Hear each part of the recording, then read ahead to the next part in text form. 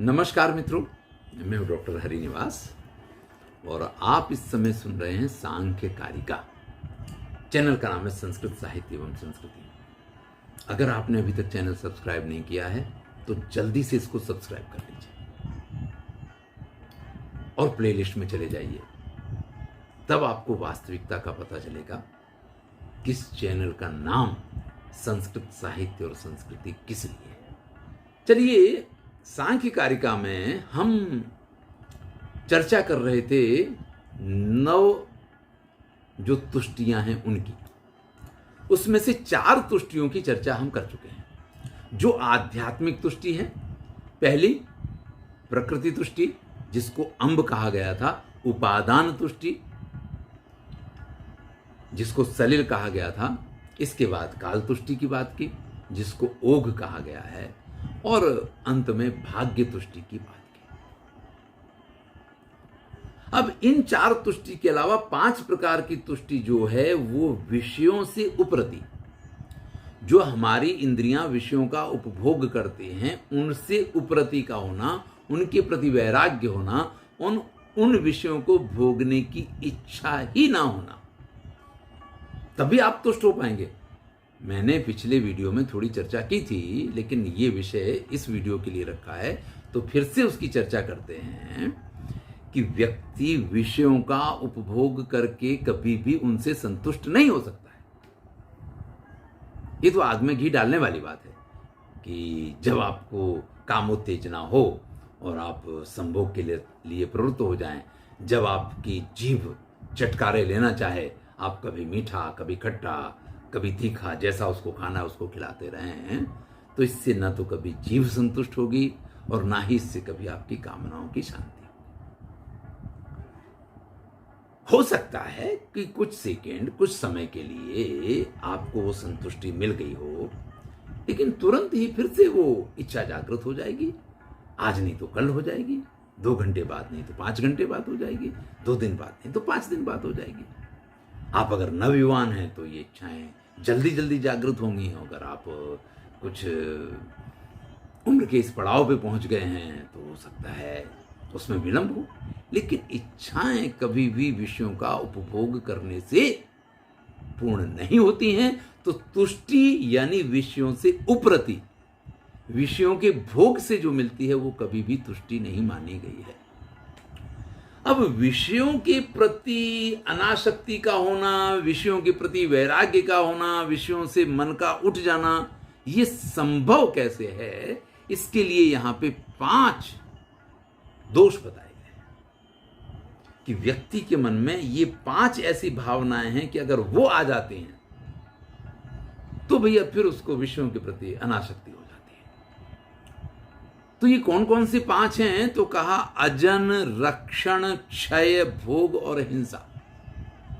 ये 5 प्रकार के ऐसे दोष हैं कि ये जब व्यक्ति को विषयों में दिखने लग जाते हैं तो फिर उसको विषयों से उपरति हो जाती है।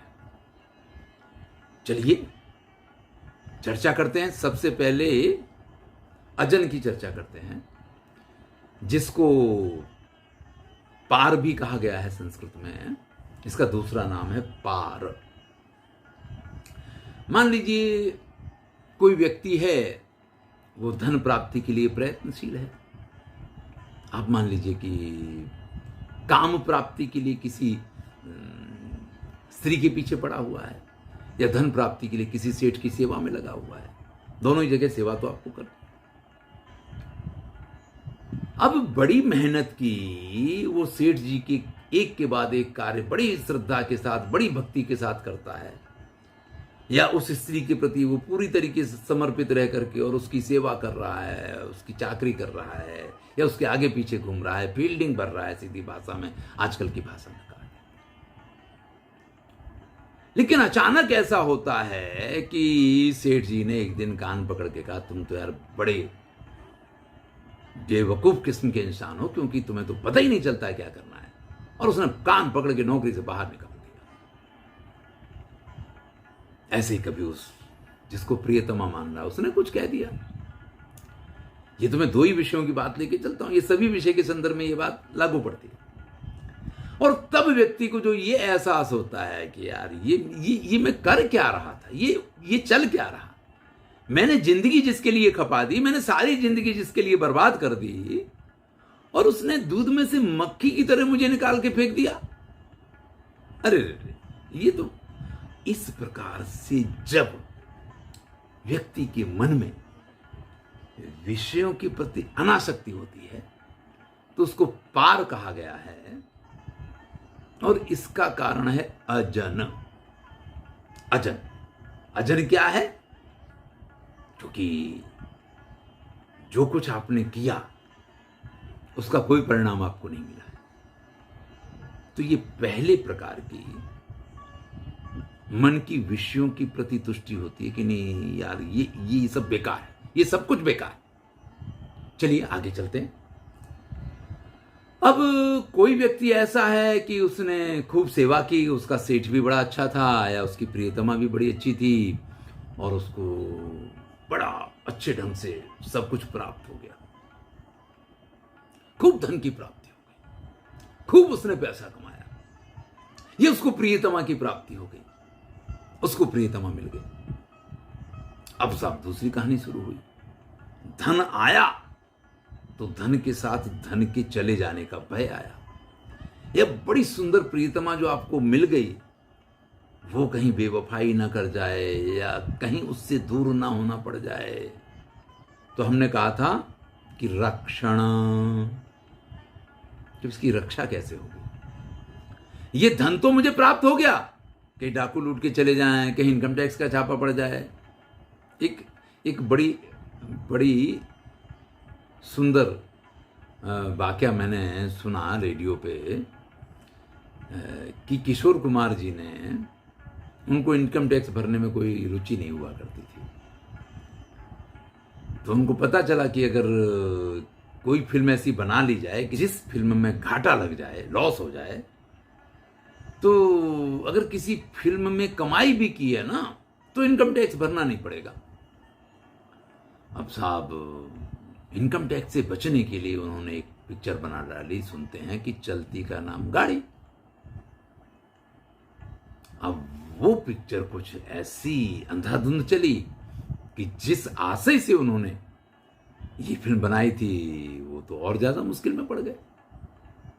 वैसे ये नियम है कि आप जिस चीज से दूर भागते हैं वो आपके पीछे आती है, और आप जिस चीज के पीछे भागते हैं तो आप पीछे भाग रहे हैं तो आगे है ही आपके, ये तो रहने वाली बात है।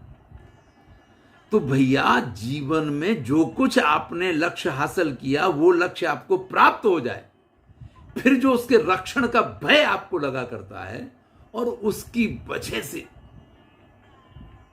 जब आप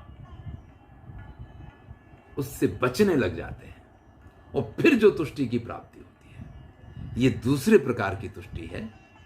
पहले प्रकार की तुष्टि को कहा था पार, और इसको कहते हैं सुपार। चलिए, आपने धन भी अर्जित कर लिया, उसके रक्षा के उपाय भी कर लिए, धन भी अर्जित कर लिया, आपको संपूर्ण विश्वास है कि आपकी प्रियतमा आपके प्रति किसी भी स्थिति में बेवफाई नहीं करेगी। आपको पूरी तरीके से पता है कि आपका पैसा नंबर 1 का है, आपने जो कुछ किया इनकम टैक्स वगैरह भरा करके। लेकिन एक और समस्या आ जाती है। वो समस्या ये है कि अगर मैं इसका उपभोग करूंगा तो ये पैसा यार कितने दिन चलेगा, ये तो खत्म हो जाएगा। ऐसे प्रियतमा के संदर्भ में कि अरे यार ये तो फिर वृद्ध हो जाएगी।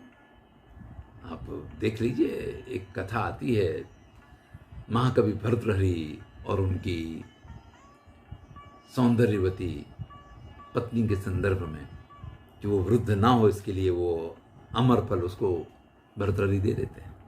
तो ये चिंता तो हमेशा व्यक्ति को सताती है। खुद वृद्ध हो जाए तो चलेगा, लेकिन उसकी प्रियतमा वृद्ध नहीं होनी चाहिए। ऐसे ही पैसा हमेशा उसके पास बना रहना चाहिए, और इस प्रकार की जो उसकी चिंता है वो उसको पैसे का उपभोग नहीं करने देती है।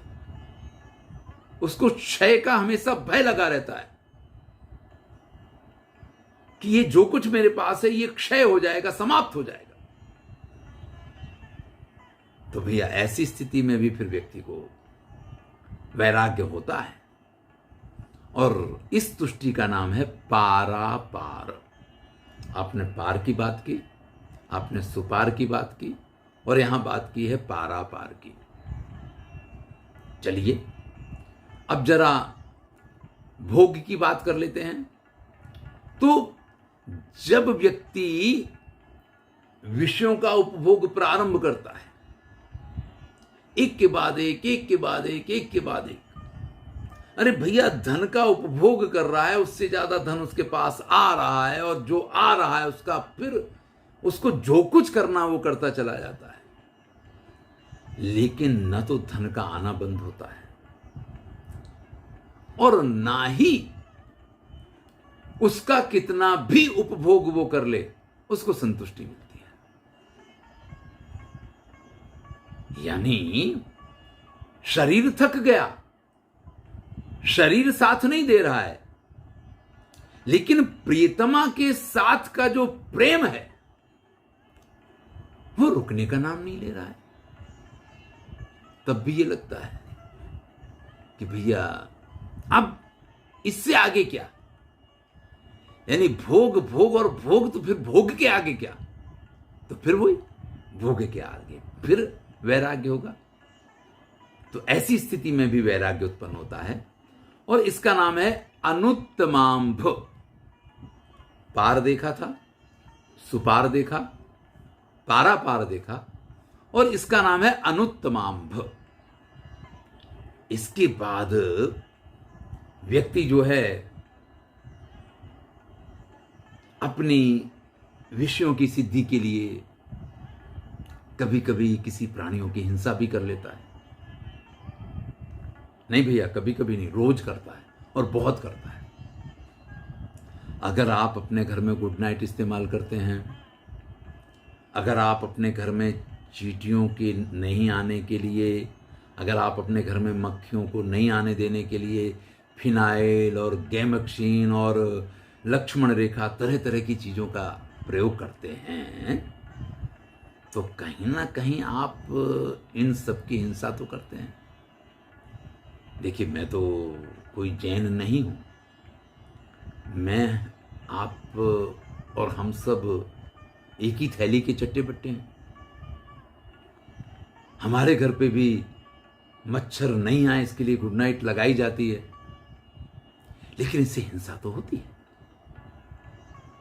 अरे कभी अगर बहुत मच्छर होते हैं तो वो गुड नाइट की कॉइल अगर जला दी जाए और कहीं रूम बंद हो, आप तो बाहर बैठ गए, अंदर के जितने मच्छर हैं सब मरी जाएंगे, कहां जाएंगे? तो ये आपने हिंसा किस लिए की? अपने विषयों की प्राप्ति के लिए की। और जब जंगल में लोग रहा करते थे, न तो उनके पास मच्छरदानी हुआ करती थी, ना ही कहीं ये मच्छर वाला वो जो बैट आता है टेनिस जैसा, वो बैट हुआ करता था। गुड नाइट तो आप खुले में लगाएंगे कहाँ? लेकिन फिर भी वो ऋषि मुनि महात्मा उस वन में बड़ी शांति से सुख से रह सकते थे। लेकिन हम पक्के बने हुए भवनों के अंदर भी बिना हिंसा के नहीं रह पाते हैं।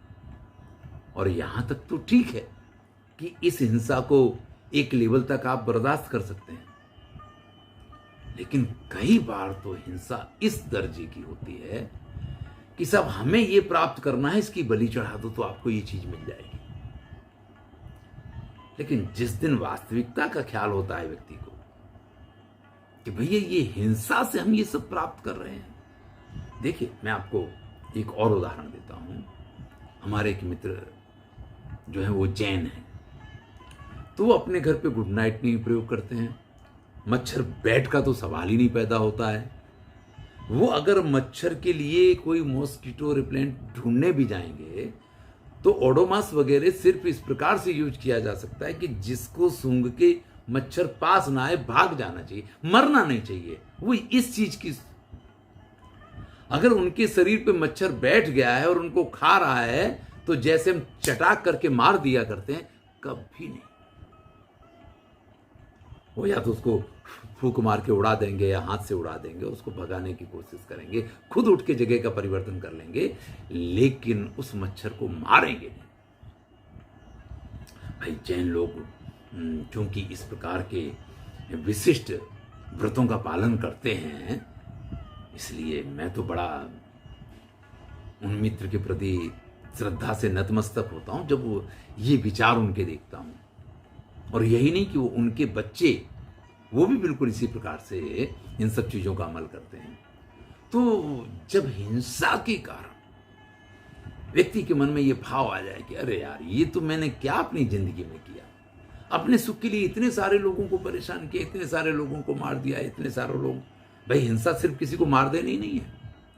हम अपने स्वार्थ की सिद्धि के लिए जब किसी को परेशान करते हैं, जो कहते हैं कि घी नहीं निकले तो उंगली टेढ़ी कर लेंगे, तो टेढ़ी उंगली करके हम जब भी कोई काम करते हैं तो फिर आप समझ लीजिए कि वो कहीं ना कहीं हिंसा का पुट होता है उसमें।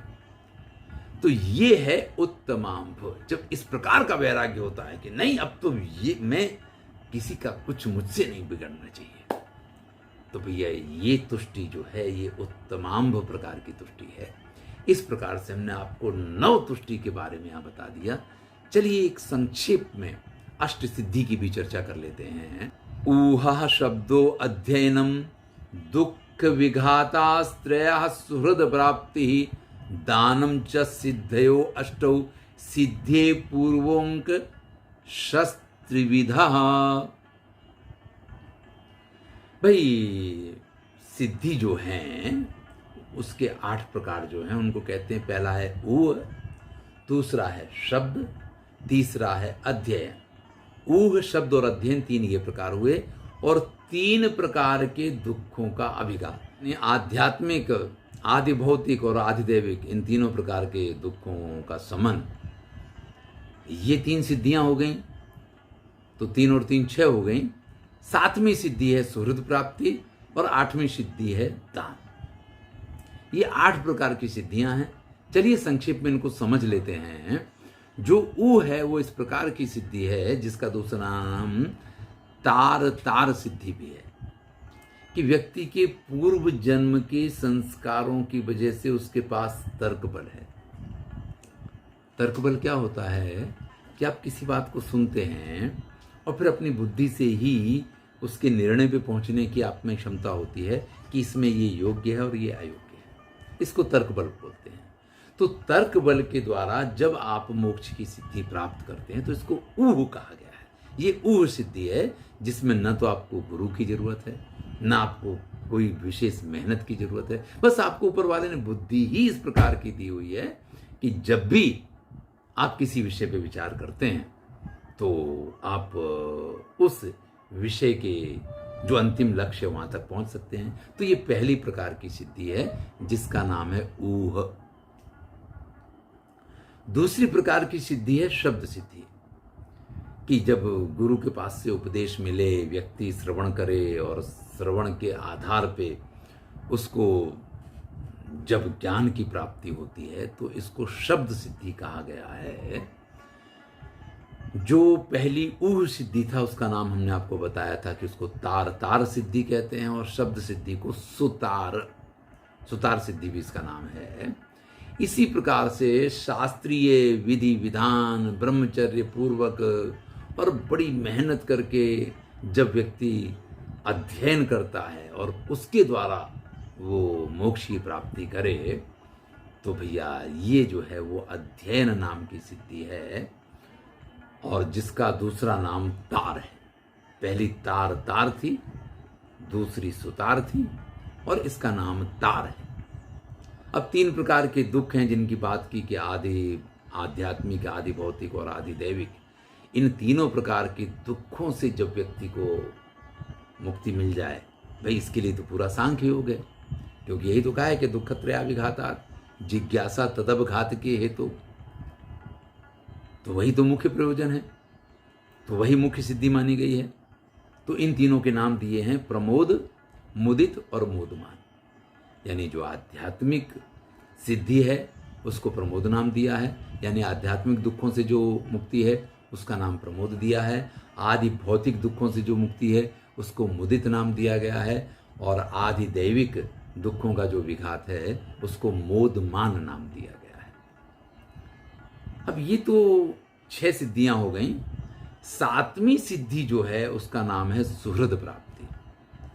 अब होता क्या है कि अपने जीवन में हम मोक्ष की तरफ आगे बढ़ रहे हैं, लेकिन अगर कोई ऐसा मित्र मिल जाए, कोई ऐसा साथी मिल जाए जो आपसे कहे क्या यार दिमाग खराब है, ये सब पागलपन है, छोड़ो, अरे असली मजा तो उस दुनिया के विषयों में है, तो कई बार आप भटक सकते हैं और आप ऐसे मित्र के चक्कर में आकर के और कहीं दूसरी दिशा में जा सकते हैं।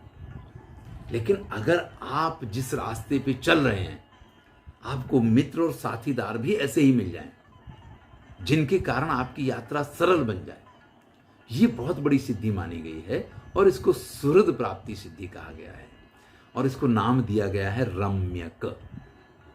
ये 7वीं प्रकार की सिद्धि हुई, और 8वें प्रकार की सिद्धि है दान सिद्धि। आप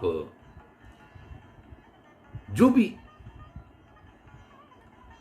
जिंदगी में आपने किया, संशय का नाश, विपर्य का नाश, सारी चीजें खत्म हो गई, आपको विवेक ज्ञान की प्राप्ति हो गई, आपका मन एकदम शुद्ध हो गया, और इसके बाद आपको जिस मोक्ष की प्राप्ति होती है इसको दान सिद्धि कहा गया है। यानी सब तरीके से व्यक्ति का मन निर्मुक्त हो जाए तो उसको दान सिद्धि, और इसको सदा मुदित नाम दिया गया है। तो इस प्रकार से हमने जो 9 तुष्टि हैं उनकी चर्चा की, और 8 सिद्धि हैं उनकी चर्चा की, और ये 28 आसक्ति के प्रकार यहां आकर के पूरे होते हैं। धन्यवाद। मैं हूं डॉक्टर हरिनिवास। आप सुन रहे हैं सांख्य कारिका। आनंद लीजिए। अच्छा लगे तो चैनल को सब्सक्राइब कीजिए, मित्रों के साथ शेयर कीजिए।